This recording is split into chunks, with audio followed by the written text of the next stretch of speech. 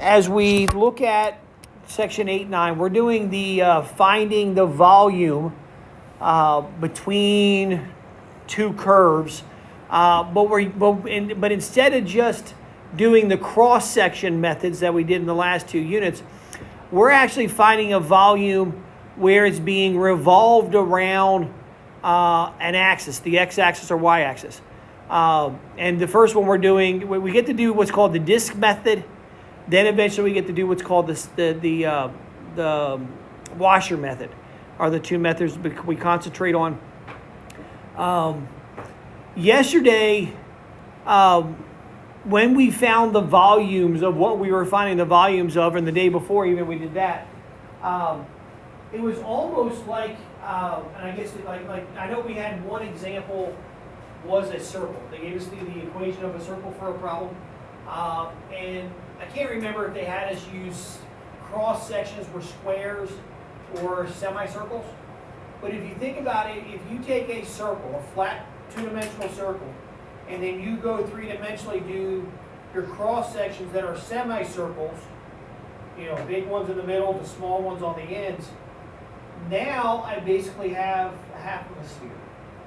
Okay, and so when I found those volumes, I found actually the volume of a half of a sphere in that case when it was a semicircle, with the circle being the actual the base.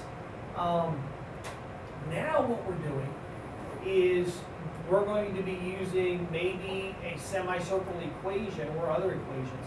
But just to give you a picture of using a semicircle, let's say we had the equation, x squared plus y squared equal to 4. So that's a circle centered at the origin with a radius of 2. And we only wanted, let's say bounded by the x-axis. So now we just cut that circle, dropped off the bottom of the circle, and we're just doing a semicircle that's on the top. We're now going to take that semicircle, which would be technically y equals plus square root of 4 minus x squared. That's what the equation would be. And now we're going to say we're going to take that equation, bounded by the x-axis, and we're going to revolve it around the x-axis. So we start spinning it in a circle. Now what we did with just that one little slice of a semicircle and started revolving it, we now created a sphere, three-dimensional, a full sphere, the whole thing. That's what we're kind of doing with the stuff that we're doing now. Is we're taking equations, whether they're a circle, two different lines, whatever they are, and they're going to tell us to revolve around one of the axes. And so now we create a solid, three-dimensionally. I think about, and I know I wouldn't draw it on the picture so people that are listening can actually see what I'm talking about. But as I think about, just where we're going with this, we think about if I have, let's say I have, for example, the line y is equal to x. And I draw the line of y is equal to x. And they give me some stipulations that I'm bounded by x is equal to 3 and the x-axis. And so with that in mind, that would mean as I look at this, I see a triangle is what I see. But when I say that I revolve it or I rotate about x-axis, then that means that I would have this other side, same thing. And as I rotate this thing, I actually create basically more or less a cone, is what I create three-dimensionally. A solid cone is what I end up creating. Okay, now I'm going to do that again with a better picture here in a minute, hopefully. But when we talk about taking an equation, bounding it by two other things, and then when we revolve it, we create some three-dimensional geometric shape. In this case, the line I picked and so forth, it would be a cone. Okay, is what it would be. Instead of a solid cone is what we're dealing with the outside part. This semicircle was an example of it being a true sphere, is what we created when we rotated it. So again, this is the part. This is the part I think is fun. This is the part that gets into the application piece for some of you that are getting into like doing engineering and you're going to go into creating things mechanically or robotically or so forth. So this is the part that kind of, I think, shows the connection as we start doing stuff and trying to find the volumes when we start having to create something to minimize the cost as we do stuff and to maximize the profit. Again, using those terms from the derivatives. How do we create that object to be the right perfect size to do this and make sure we meet all those other parameters. So they ask us here to sketch the area bound by the equation y is equal to x squared, bounded by y is equal to 0, and x is equal to 2. So we're going to quickly sketch what that looks like. So we see we're bounded by y is equal to 0, which happens to be the x-axis. So that's this one. Okay, so that's the y is equal to 0. That's the y is equal to 0. Then they said x is equal to 2, so that's that line right there. I'm just going to extend it all the way just so I have it for the rotating piece. And then they say y is equal to x squared. All right, so fantastic. So that would go through 1, 1, and 2, 2. That's a parabola, so we know it's curved. And then this is the area that I'm talking about. They said, sketch the area bounded by those 3 equations. So that's the area we're talking about. Now they want us to revolve it around the x-axis to create a solid. So what that means is, and I always like doing this for showing my work, I always try to give my mind an idea, okay, which axis are you wanting me to rotate around? Because like today we're doing around the axes, tomorrow we're doing it around some other line. Maybe x is equal to 4, maybe around y is equal to -3, okay? So right now we're just trying to keep it simple, doing it around the axes. So when we do this, and I'm going to draw it in purple, we basically take our edge that we see here, this top edge of the parabola curve, and we actually have the mirror image of it kind of down here in quadrant 4 because I'm rotating around the x-axis. And there's the outside edge. So that gives me my starting to look like my two-dimensional shape in a way. I'm going to erase just for pointing purposes. I'm going to erase the shaded part in the inside, because now since we said we rotated, that's taking like this outside edge and rotating it down. So as we take the original curve and I rotate it around the axis, I'm creating a whole bunch of these little discs. Is what I'm creating, and that's where we call it the disc method, because when we do this rotation, based on sort of certain shapes that we do, when we look at the cross sections, they're actually little circles. They're little discs, is what we see. All right, small disc up to a very wide disc at the very end is what's there. I still haven't found a good applet to show 3-dimensionally how this is done. There's some out there. But to where it twists it, and you can actually see on there, you can actually see as it starts to draw it, it actually shows it filling in. But again, when it's a solid, it's hard to, eventually it all just becomes one big old colored in picture. Like now, it's all colored in. Okay, so now revolve it. We did it. What does the area of a cross section look like? It looks like a circle. What is the formula for the area of a circle? Pi r squared. What is the radius of the circle? Okay. Well, we know the radius of the circle is r, little r. We know our r in general. Okay, we know it's r. The thing here is technically our radius would be the function, whatever our f of x function is, and then minus 0, because that is technically the x-axis, because we're revolving around the x-axis, okay? And again, you know how I like to show you that, hey, we put the minus 0 in there, even though it's going to go away, because eventually we're going to change that tomorrow in a lesson, and we are actually going to be putting whatever that number is as an equation, like a horizontal line, we're going to put that in the equation, okay? So the radius itself is, more or less the outside function, the f of x equation minus the x-axis, minus 0. What is the area of one cross section? Technically, the area of one cross section is pi r. I say let's change that r. Let's go back. That'd be pi times f of x minus 0 quantity squared. That's the area of one cross section. Again, keeping it generic for me for tomorrow's lesson. Now, what does it mean for us, for our example right up here? All right, so let's go back and fill in those two things. So as we go back in here and fill in those two things, we would say for the main radius, and if you want to call it like r of x, our radius function, or if you want to use that as the terminology, radius function,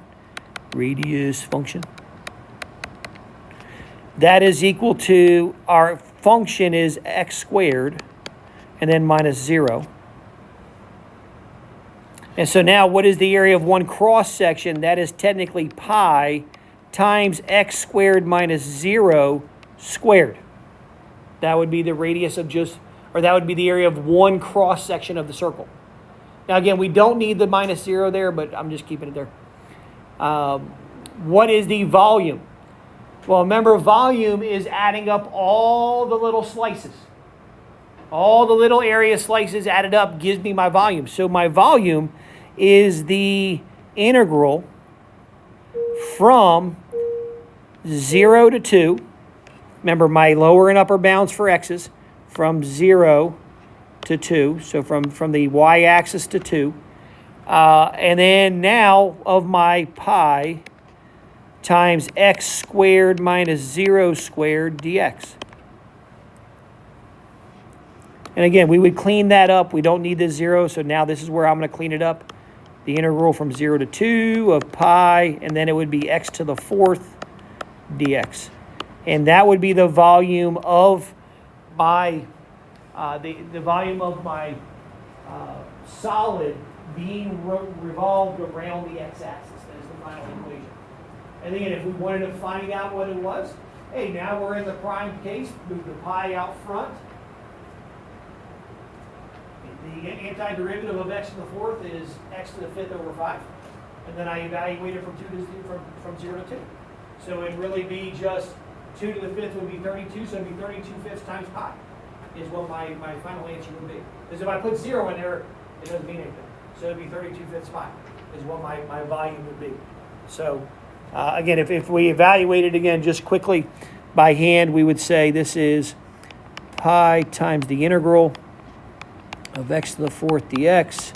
So that's pi times x to the 5th over 5, evaluated from 0 to 2, and that really just becomes 32 fifths pi. Cubic, what did it, they don't give us anything, so units cubed. Units cubed is what we would say. Okay.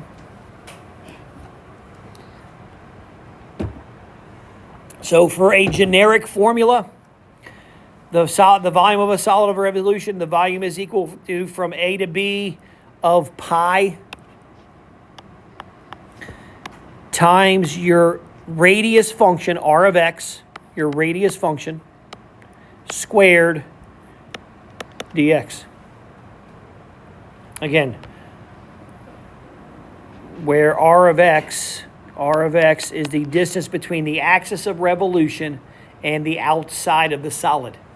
So it's the outside equation, okay, which happened to be x squared in our case. And again, the axis of revolution. Right now we're using the x-axis or the y-axis, so we can stick a 0 there after the minus sign. If we revolve around any other horizontal or vertical line, that axis now has to become a number as we put it in there. And that's why I put that minus 0 throughout the process and stuff in there. You would just, you would go through and do that part. All right. Again, work ahead of me if you want. I'm going to go slowly through number 2 and 3. I'm going to draw the pictures because after yesterday's lesson, I realized I need to draw the pictures no matter what. So they want us to take the region bound by y is equal to x, y is equal to 0, and x is equal to 0, and x is equal to 3.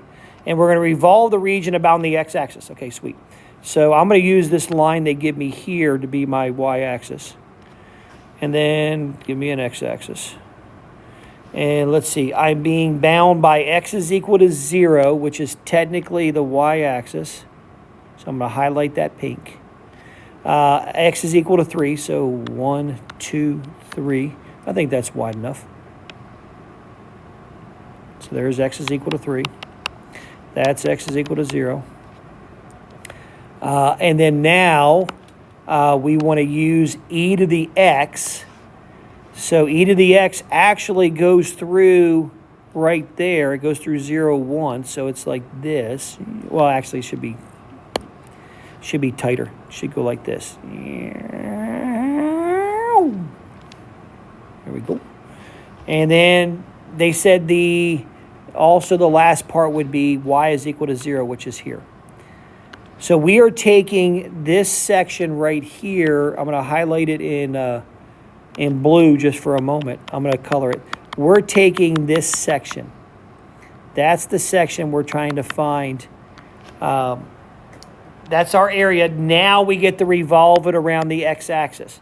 So now, as I draw it, and I'm going to erase the blue. I erased the pink on that one too. Shoot. All right. So now I get to draw the reflected image down here. And so it tugs, curves. And then again, we are revolving around the x-axis. So there's our shape. Okay. Now notice I stopped at the y-axis because it said I didn't go all the way down. So this is almost like a trying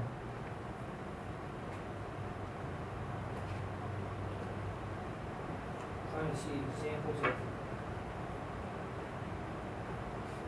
We know we got pyramids. I know these are circular, so we're not pyramids. But you know we got the pyramids in Egypt. But then when we go down to the Mayan pyramids and the Aztec pyramids, did they come to a point? Weren't they usually chopped off? They were a flat surface on top. So that's kind of what this is. It's almost like a cone, but instead of going up to the tippy top, you like chop off the top one, and then we have so like what? Yeah. So that's what we're seeing is just on the side. So, all right. Now find the volume. All right, let's find the volume. All right. So with that in mind, what is our r of x? What is our radius function? Well, technically our radius function is e to the x minus 0, which eventually just becomes e to the x. All right, and then so we have the integral from 0 to 3, because they go from x is 0 to x is 3, of pi times our radius function, e to the x squared dx. All right. Now, we can plug that in. Just be careful how you plug it into Math 9. We can simplify it. Now, remember, sometimes we just have on multiple choice questions. How's another way to rewrite it? This is the integral from 0 to 3 of pi e to the 2x dx. Because remember, a power to a power means I can multiply the exponents. So that's another way I can type it in there. The pi does come out front. So the pi doesn't get put inside the parentheses when we use Math 9. It goes out front. And so now I can use Math 9 on this.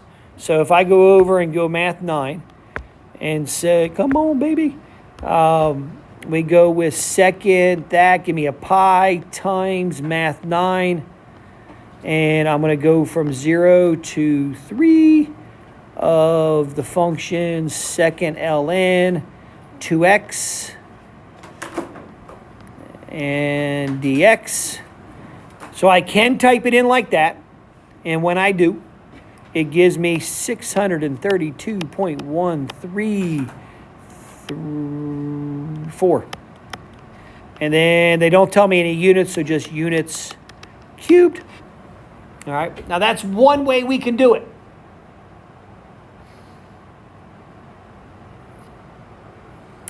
Are we always allowed to use Math 9? No. So let's make sure we can do this one by hand. Okay, so I'm going to push this off to the side here. So let's take the exact same setup. We have the integral from 0 to 3 of pi e to the 2x dx. All right, just using that same stage we got to. Now, here's where, we can move the pi out front. I would always do that.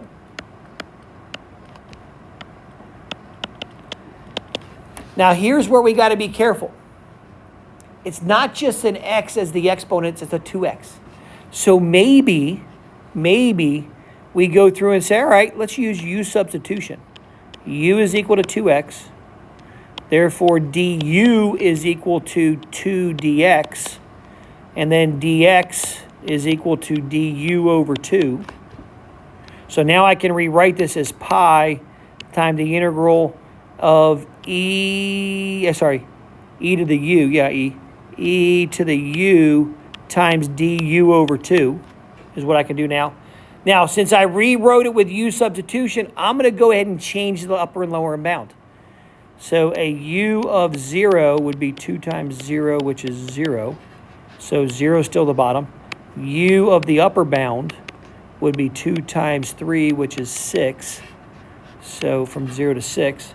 And then now I'm going to go ahead and pull the divide by 2 or the du over 2. I'm going to pull that out front and say pi over 2 from 0 to 2 eu du. And then this would be pi over 2. The antiderivative of e to the u is e to the u, evaluated from 0 to 2. And then Mr. Stevens is trying to think that he typed something in his calculator wrong, and because this looks like it's going to be way different answers. So I'm going to go back and double check my work. Now we have. Oh, that's where 1. It's got to be a 6. That was definitely going to be one reason it was off. Thanks for catching that little goofy mistake. That's a 6. So 6. So we have pi over 2 times e to the 6 minus e to the 0. Now remember, e to the 0 is not 0. It's technically what? Technically 1. Don't leave it like that. They'll mark you wrong. So pi over 2 times e to the 6 minus 1. And then what we could do, there's a lot of different ways we can go from here. We can actually start to evaluate it. We can say, okay, what is e to the 6 times pi divided by 2 minus pi over 2? We can, there's a lot of ways we can simplify, okay? But if I even just go through and I do pi times the numerator with parentheses over 2, then that'd be an easier one to type in. So second pi parenthesis e to the 6 minus 1, close the parenthesis, over 2, enter. And there's the same answer. Okay, so that gave me the same answer, 632.134. All right, so again, we got to make sure you do it by hand. It's been a little bit, been a half minute since we've done use substitution with some stuff. We didn't use it as much in Chapter 7. So use substitution will come into play and be very handy when we're on the noun calculator portion of the test.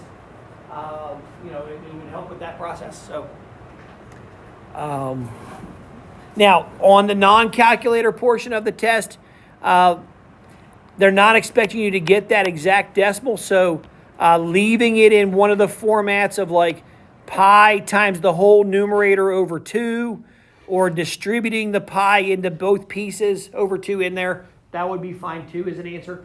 On there, they're not expecting you to get a decimal answer because, who would really want to do, E is what, 2.718, I think is something like that. So who would want to do 2.718 times itself 6 times and then multiply, then subtract 1 from that, then multiply that by 3.1415926, whatever, and then divide that answer by 2.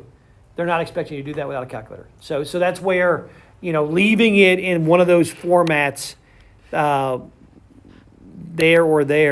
it will be good enough for the, if it is on a free response, as an answer choice. If it's on a multiple choice, you'd be able to spot one of those two. Okay? All right, one more, then I turn you loose. Whoop, I went off the screen. There we go. That's where it's at.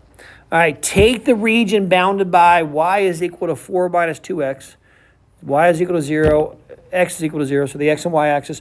Ooh, revolve it around the y axis. Set up the integral to find the volume of the solid. Now, they tell us we don't have to solve this one. They just want us to set it up. But again, let's draw a picture because it lasts forever. So there's the y-axis. There's the x-axis. 4 minus 2x. 1, 2, 3, 4. And then that would mean it would cross there. So there is the line 4 minus 2x. Now, I don't need where the arrow parts are on the other side of the axis, but that just gives me the line. So I'm taking that and revolving it around the y-axis. So since we're revolving it around the y-axis, we need to change equations. We need to change the equation to where it's x equals. We got to get it in terms of y. So if we have y equals 4 minus 2x, that would be 2x equals y minus, or sorry, Mr. Stevens, 4 minus y. They trade places, divide by 2. And we get x is equal to 2 minus 1/2 y. And then now, again, as I revolve it, we would get the mirror image over here, and then we would get these little circles going like that. So it looks like a teepee.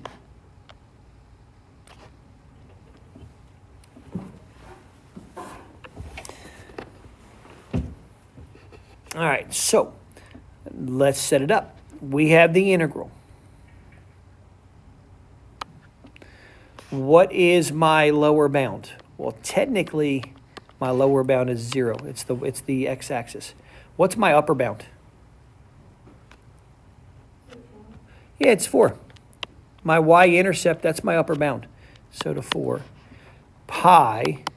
Now it's my function, my radius function. So times, it would be 2 minus 1/2 y minus 0, that quantity squared, dy. Now, we know we can get rid of the minus, so it's really just the integral from 0 to 4 of pi times, 2 minus 1/2 y quantity squared dy. Again, all they did was ask us to set it up. And then we got options to go for solving from there. Okay? So it's not bad. I would just always, when you start drawing your picture, put a little indicator on which axis you're rotating around with some little arrow symbol that makes sense to you. You want to make sure that whatever axis you're revolving around, your variable needs to match that axis. So if you're revolving around the y-axis, then that means we need to have y's as our variable. If we're revolving around the x-axis, we need our equations in terms of x's as our variable. And if we change it to be more generic, if we're revolving around a vertical line, then y needs to be our variable. If we're revolving around a horizontal line, then x has to be the variable in the problem. Okay? So, but we'll talk about that more tomorrow.